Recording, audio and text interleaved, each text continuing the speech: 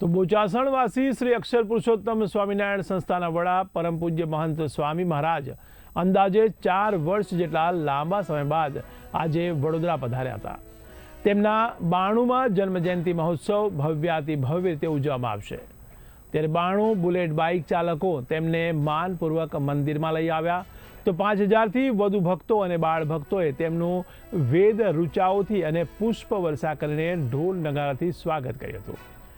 Johannesburg, Sydney, Robin Swiss, London સહિત અબુધાબીમાં મંદિર નિર્માણના કાર્યોને વેગ આપી તે ભારત આવ્યા છે।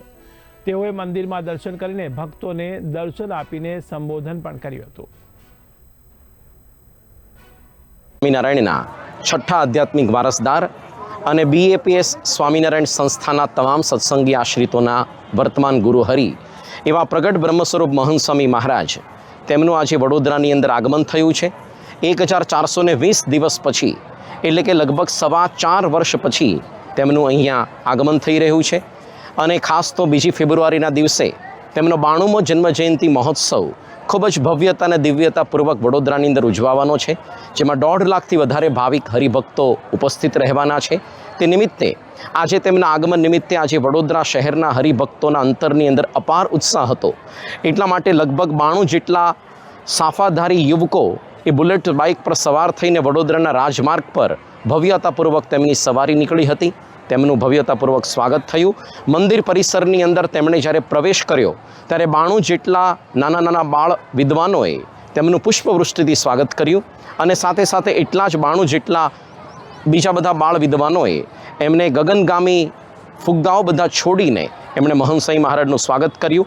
રંગોળી પણ ખૂબ જ સુંદર સમગ્ર એમના પથ ઉપર થઈ હતી। મંદિર દર્શન કરીને જ્યારે પોતે બહાર પધાર્યા સવારના 9 વાગ્યાથી 12 વાગ્યા સુધીમાં 5000 જેટલા હરિભક્તો અહીંયા દર્શન માટે ઉપસ્થિત હતા અને વિશેષ તેમની 92મી જન્મજયંતિનું ભક્તિ અર્ઘ્ય અર્પણ કરવા માટે 92 જેટલા જુદા જુદા સંખ્યાની અંદર અલગ વ્રત આ દેહ દમનના ઘણા બધા હરિભક્તોએ કર્યા છે, જેવા કે સજળા ઉપવાસ, નિર્જળા ઉપવાસ અને ઘણા બધા હરિભક્તોએ તો લિક્વિડ જેવા ઉપવાસ 92 કલાક સુધીના કર્યા છે અને ઘણા બધા હરિભક્તોએ 6 મહિનાથી ધારણા પાળના કે એકટાણા પણ કર્યા છે। આ રીતે ભક્તિ અર્ઘ્ય તેમણે અર્પણ કર્યું। ઘણા બધાએ વિશેષ પ્રદક્ષિણા દંડવટ માળા પણ અર્પણ કરી।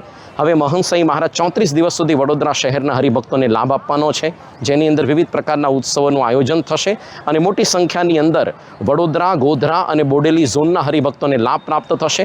સાથે સાથે આ વડોદરા અટલાદરા મંદિર નીચે આવતા જેટલા પણ મંદિર હેઠળ સંચાલિત સમાજ સેવાના કાર્યો છે, જેવા કે અહીંયા એક સ્કૂલ ચાલી રહી છે વિદ્યા મંદિર, છાત્રાલય, હોસ્પિટલ, પ્રમુખ એકેડેમી એટલે UPSC સેન્ટર, આ બધા જ હરિભક્તોને અહીંયા લાભ પ્રાપ્ત થવાનો છે। આપણે પણ અવશ્ય મહંત સ્વામી મહારાજના દર્શન આશીર્વાદ પ્રાપ્ત કરવા માટે અવશ્ય પધારીએ તેવી આપ સૌને વિનંતી છે। જય સ્વામિનારાયણ।